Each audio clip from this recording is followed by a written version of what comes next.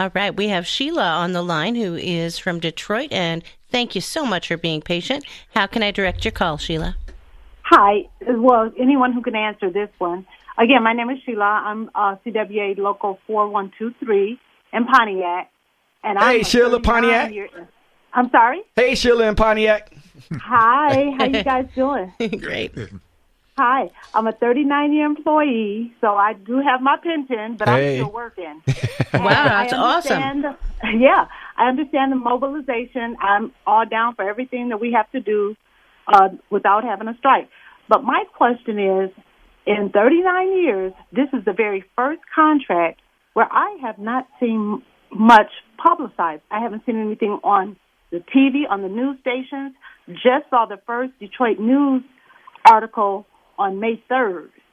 And I'm just wondering, why haven't we seen anything like that? I mean, to let the people know, let our customers know, what the company is trying to do to us. That's a great question. Well, you got to realize that the media is all kind of in bed with each other. They don't report certain things. And AT&T sponsor a whole lot of things. So you really don't want to bite the giant that feeds you. Now, back in the day when we were bigger and larger, they used to report, because when I first started, when I hired, in 88, remember when we had that 3-week strike in 88? I know you remember that. I remember that. Yeah, I was a year. I had 1 year with the company. And I went in, and it was like, we're going on strike. And you should have saw the look on my face. And better yet, my father was a vice president of a UAW local. And right when I got ready to walk home, he was like, yeah, they've been reporting on the news. You guys may walk. And he was excited about it.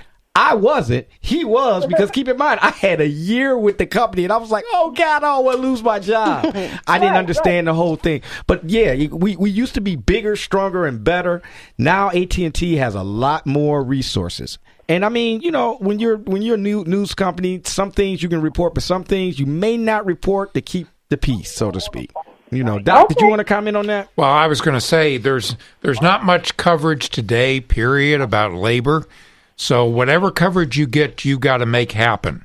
And so I would really focus on mobilization activities. If you mobilize in a public way by having a show of solidarity, you're all wearing the same color, so to speak, then that'll make the news. People will come and report that, and they'll show it on television. And you also need to take advantage of social media. And publicize your actions of solidarity in social media, because one of the things about the traditional media and television and in newsprint, they watch social media very closely. And so they don't want to be behind what's going on in social media, so they'll report what happens in social media.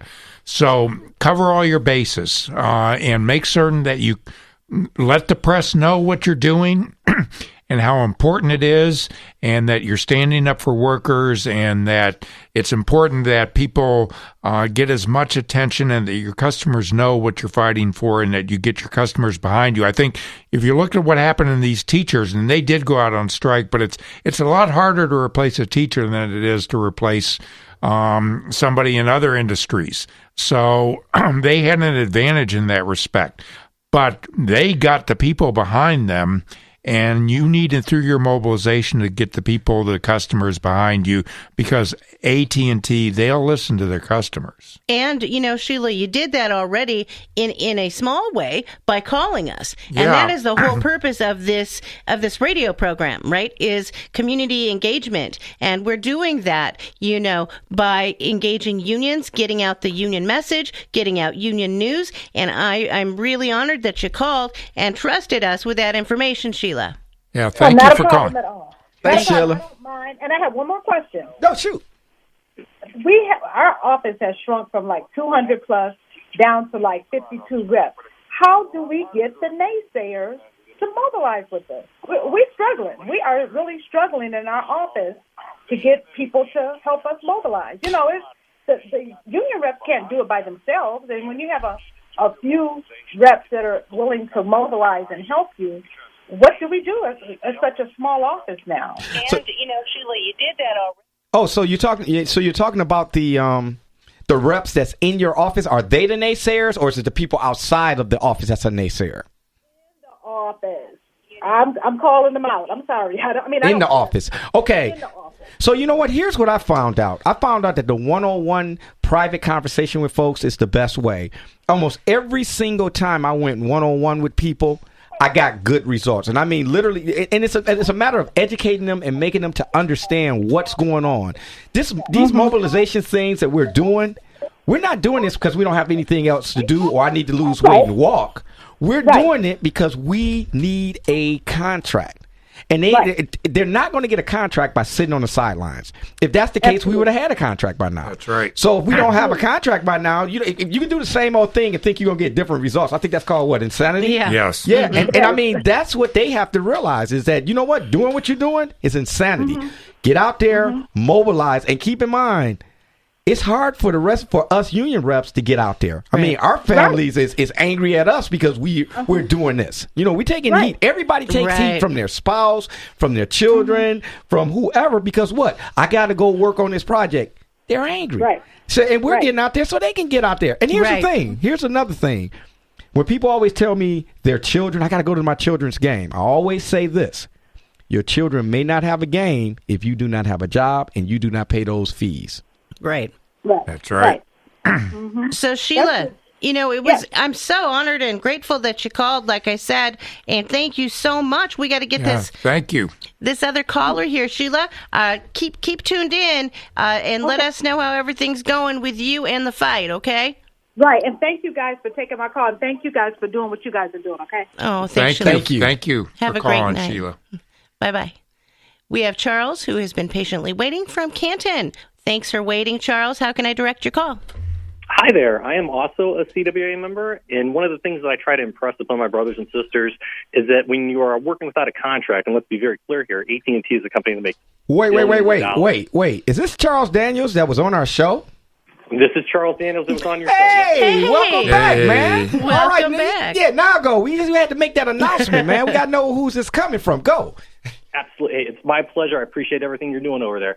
And to reiterate, AT&T also got a huge corporate tax cut going from 35 to 21%, which is putting even more money in their pocket. Oh my! And when you're in that situation where the company is making that much money and they're still not willing to bargain a fair contract, you no longer just have one job. You have two jobs. You have your normal job and you have your job to mobilize. So it's no longer good enough just to work. There's other things that you have to do, and I know that is challenging, but the hike is worth the view. The juice is worth the squeeze, and the alternative is if you do nothing, you will get nothing. And that's just real talk. Ooh, I like That those. is really good. Wow, that was powerful, Charles. That's good. Are those your own? Do you have those written down? Pardon? Do you have Yes, those? directly from script there. Oh, I love it. That's great. I'm just joking with you, Kim. Trust me, we say this to the members every single day. Love I know it. by heart, but it's just speaking truth. That's Right. the truth. Hey, Charles, let me ask you something. How is your local mobilizing? Is it going very well? Is it going very slow? What's going on with your what would be something you want to throw out for your members?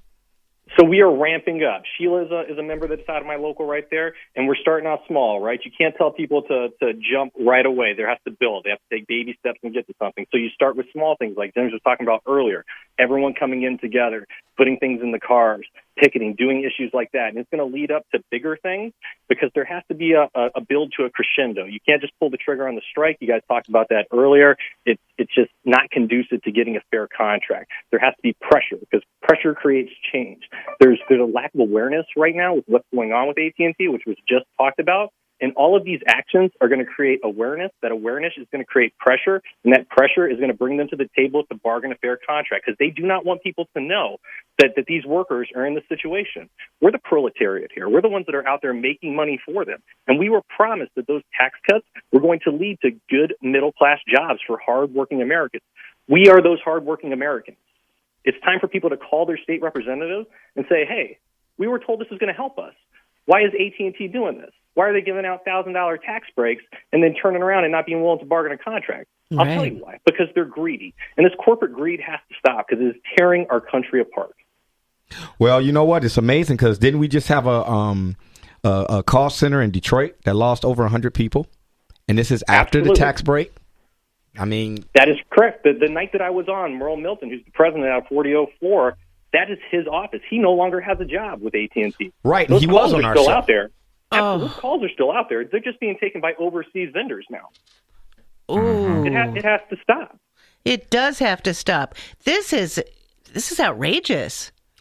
Well, here's the thing. This mobilization that we're doing at AT&T is not just it's just to get a contract. But here's one more part of it that I think people don't see. We're pushing to get more jobs here so other people can work. So if we can bring those call center jobs back, that means we're not only protecting the members that's in our local already, some of the people that's listening to this radio program, they can sign up, become an AT&T, employee through the new call center that we brought back through bargaining negotiations, and they can have a job and make a good living wage. Yes. And James, could I speak to that really quickly? Oh, yes, please do. There is a bill that was introduced by John Hoadley, who's a state representative out of Kalamazoo. It is a call center bill, and it has to do with not incentivizing these companies that are sending those jobs outside of the state, more specifically outside of this country. They should not be eligible for tax breaks when that's what they're doing. And it is stalled right now in the state Senate, and it should not be. That is a common sense, America first, Michigan first bill that should be a no-brainer. So please, anyone who is listening, call your representative and tell them to sponsor that bill, endorse it. It helps everyone. Well, now, thank you. Who's the sponsor of that bill again? John Hoadley. He's out of Kalamazoo. Thank you so much, Charles. Thank you, Charles. So informative. Man, you're inspirational too. Seriously. Yeah, that's It's my pleasure. Thank you for having me. Hey, Charles, thanks a lot, my brother. Talk to you soon. Thank you for calling. All right. And we're going to take a quick